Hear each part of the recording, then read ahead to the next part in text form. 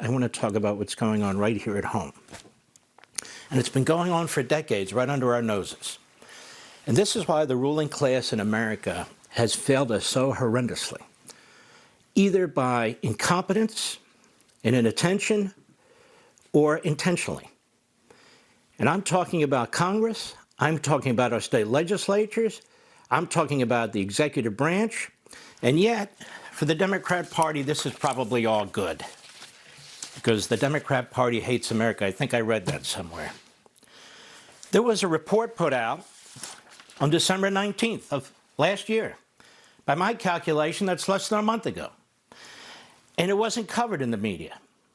Now, why is that? It seems to be a very, very important report as far as I'm concerned. Well, part of the problem is the media spends 90% of their time trying to just trash Donald Trump and his supporters. The other 5% of its time, it spends on stupid stuff. But this is a report, foreign funding of U.S. academia. Now, wouldn't you think that would be compelling? I mean, if you're a news organization, you don't have to do any research. All you have to do is read. Well, maybe they read it and they chose to ignore it. Let me tell you what's going on here in this report. This is crucial. It says foreign nations have donated $43 billion to American universities since 1990. $43 billion. Well, what are they buying? Well, we know what they're buying. Minds, hearts, and souls. The Department of Education published a report in October 2020 that highlighted funding from foreign adversaries was massively underreported, quote unquote. The Trump administration was trying to get its hands around this, not the current administration. And it highlighted funding from foreign adversaries. The conclusions were drawn from investigations into the underreporting of millions of dollars worth of gifts and contracts from communist China, fascistic Russia, Saudi Arabia, and Qatar at 12 prestigious American universities.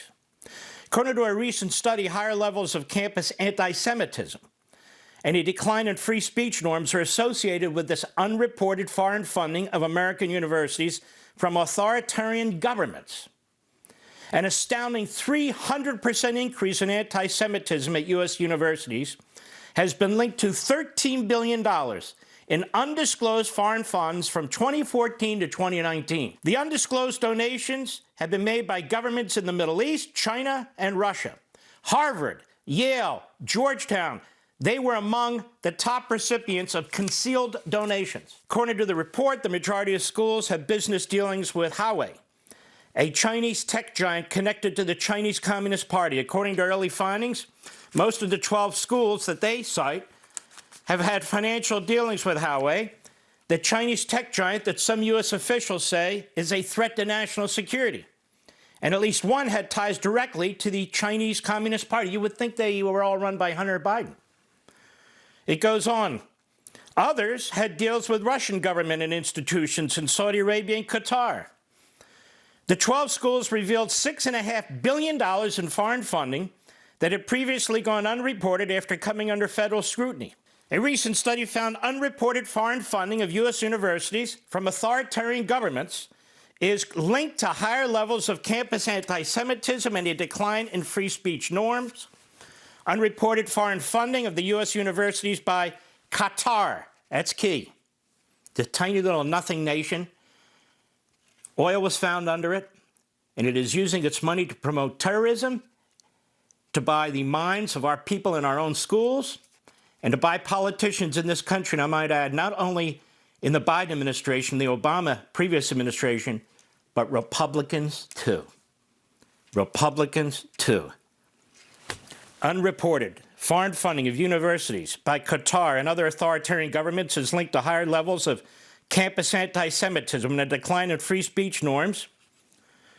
$13 billion in undisclosed foreign funds has been linked to a staggering, as I said, 300% rise in anti-Semitism. The Institute for the Study of Global Anti-Semitism and Policy Studies, based on earlier research that discovered that Middle Eastern governments, as well as China and Russia, had made billions of dollars in undisclosed donations to U.S. universities from 2014 to 2019 in violation of federal U.S. law.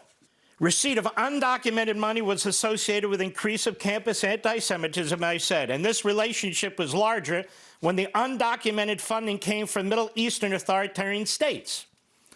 Receipt of undocumented money was associated with increased levels of campus anti-Semitism, and this relationship was larger when the undocumented money was added in.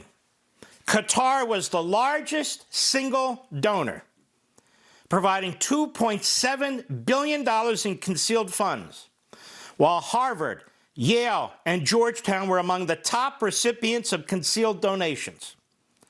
A sizable portion of this $13 billion in unreported donations from overseas nations between 2014 and 2019 came from mostly Marxist, Islamist, and fascist regimes. Think about that. Over 200 universities in this country, including elite institutions like Carnegie Mellon, Cornell, Harvard, Massachusetts Institute of Technology, MIT, have been accused of raking in $13 billion in undocumented contributions from foreign governments. And a sizable portion of those funds were said to be donated from authoritarian regimes all over the world. Again, they mentioned Qatar, Saudi Arabia, China, the UAE. That's a report from the Network Contagion Research Institute. A May 2023 report from the American-Israeli Cooperative Enterprise found the Arab countries like Qatar, Saudi Arabia, the UAE, Kuwait, and Egypt were the top donors to American universities. According to a study published in 2022 by the National Association of Academics in the United States, a study that did not cause too much noise at the time, in the period between 2001 and 2021, precisely after the 9/11 attacks, the Qataris donated a whopping $4.7 billion to universities in the United States. The recipients, however, did not report part of the money received as required by federal law. Again, Qatar is the largest foreign donor to American academia, followed by Communist China, followed by Saudi Arabia, and then Russia. Qatar's donations are paving the way for the deepening influence of its shadows over more and more fields and geographic areas. It says in the United States, it was believed that deepening the cooperation with Qatar and receiving donations to establish branches of prestigious American universities were another way to expand its soft power. But in practice, it became the opposite.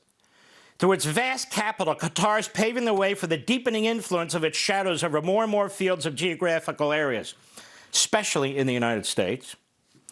Cornell, Georgetown, Northwestern, and Carnegie Mellon universities who've received the most funding from Qatar have established satellite schools in Doha, the capital of Qatar. Cornell, which belongs to the American Ivy League, or as I've been saying, the Poison Ivy League, and others have graciously repeated that. It's very important. It's the Poison Ivy League. They opened a medical school for $1.8 billion. Georgetown received $750 million for a school of government. So they're funding specific schools within the universities. And Northwestern established a journalism school. I wonder if Jake Tapper went there, for which it received $600 million in 2007. The report is more fulsome than what I'm reading to you right here. Isn't this breaking news that academia has been bought and paid for by communist, fascistic, Islamist regimes? By monarchies? Isn't that important to know? Students for Justice in Palestine, the Hamas funding network are all involved in our colleges and universities. These colleges and universities have become Stalinist-like rat nests. And that's why we have so many tenured professors who hate America, Marxists and Islamists. That's why you're seeing what you're seeing in the streets, and I'll even take it further. That's why I think you saw the riots in 2020. That all these elements came together, the Marxists like BLM and Antifa, the Islamists on our college campuses and so forth. That was the time to really try and take down our cities and take down America, right? These are the forces that are at work. It's not America. It's not the American people. We also are funding this. Our state legislatures, even Republican legislatures, continue to write checks to colleges and universities blindly. And when we have a governor who actually stands up to that, they're under attack by Republicans, by rhinos, by establishment Republicans. So the ruling class in Washington, D.C., and the ruling classes in state capitals all over the country, Democrat and Republican, have closed their eyes. China, Saudi Arabia, Qatar, Russia, and others own our colleges and universities. That's a fact. Want to see more Mark Levin? Go to levintv.com and subscribe now.